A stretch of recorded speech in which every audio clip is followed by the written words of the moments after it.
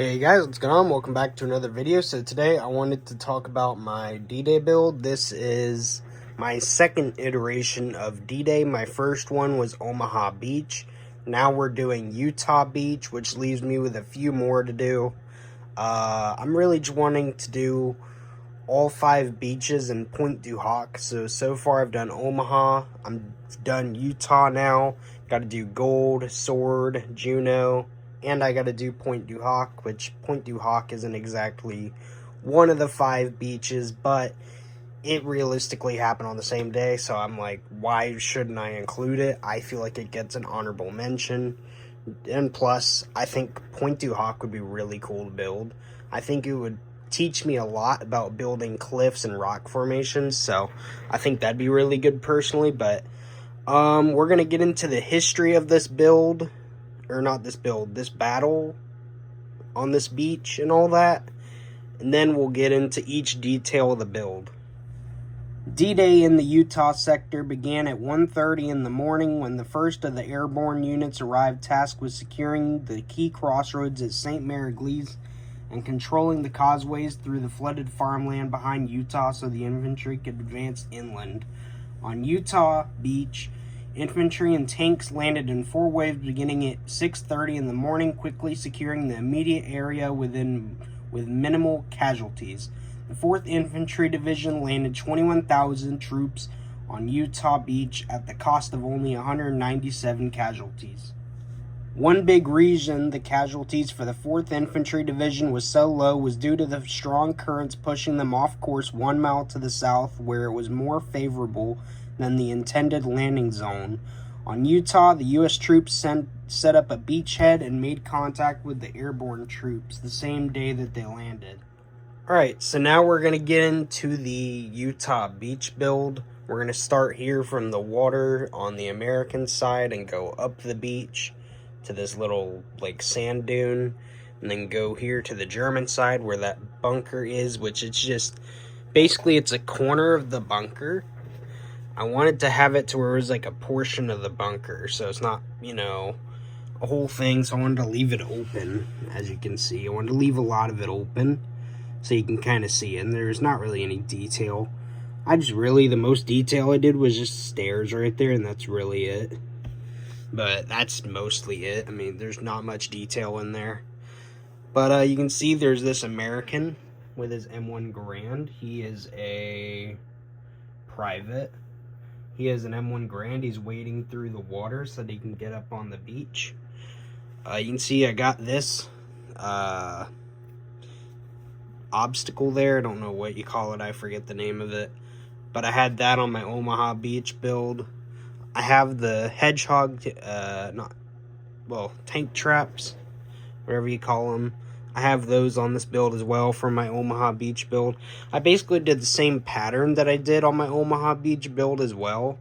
I think the only thing I did is make a better crater than I did on that one. So, I mean, it's not amazing. It could be a better crater, but honestly, I think for what I did, it's definitely not bad. So, I'll probably figure out how to make a better one eventually, but for now, I think that's fine.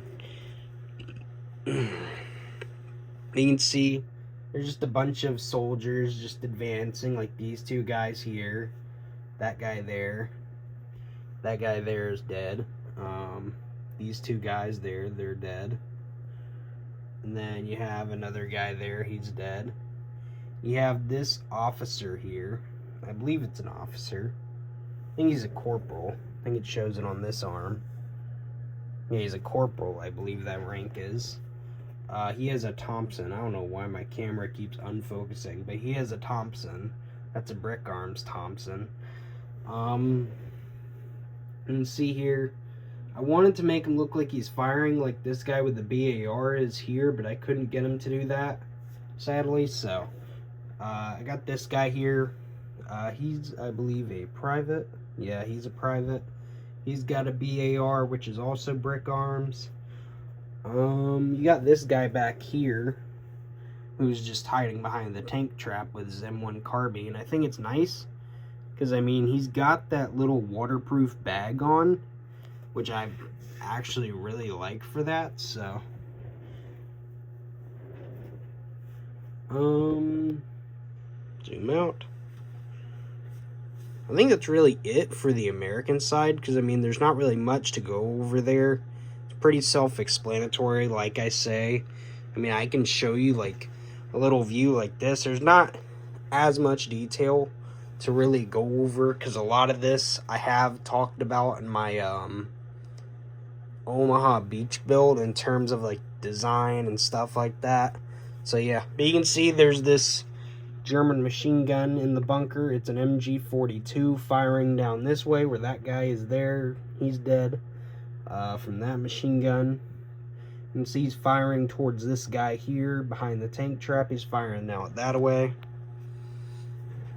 So you can see I based this around a picture I saw, because the grass or whatever it was around the dune seemed like it was fairly, like, in a straight line almost, I guess you could say, but I didn't want it to be too equal, I guess. I want it to be a little rough, but I think, honestly, it's a little too straight right here, but I mean, I gave it a little bit of a pattern. I think it's fine, personally, for what I did.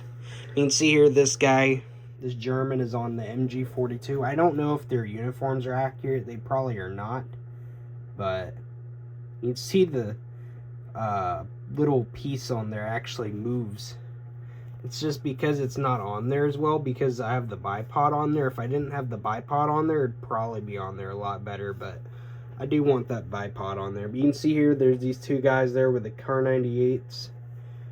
I got them in position to be firing at someone. This guy here, he is firing at the BAR gunner. This guy here, he's firing where these two guys are dead at. He's just firing out that way, pretty much. You can see, if you look in the bunker, there's this German here with an MP40. That should be a Brick Arms one as well. If it focuses, yep. You can see here, there is that German, and there with the MG42. A lot of this build, like I said, is pretty self-explanatory. Just wanted to depict this beach because this is like the last of the two American landing beaches, and then I move on to Pointe du Hoc next. If I do that one next, that is. I don't know if I'm going to do that next, or if I'm going to do all 5 beaches and then jump to Pointe du Hoc. I'm not sure how I want to do that. If y'all have any suggestions, let me know down below. Sorry if I sound a bit tired right now. It's getting a little late as I'm recording this, so sorry if I sounded late when I was talking about the history behind this build.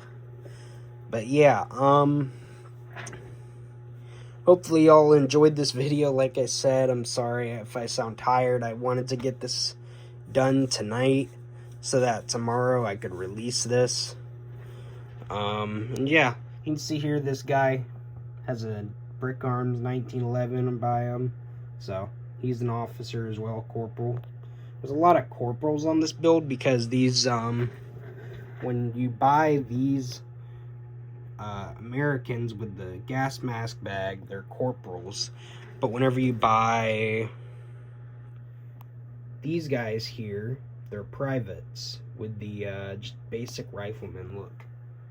So I kind of was going and mixing around their arms a bit as much as I could so that there's not so many of them. I think what I wanted to do was go 5 and 5 with them, but I'm not sure what I did. I don't know how many I actually put different arms on. I didn't really look, but you know.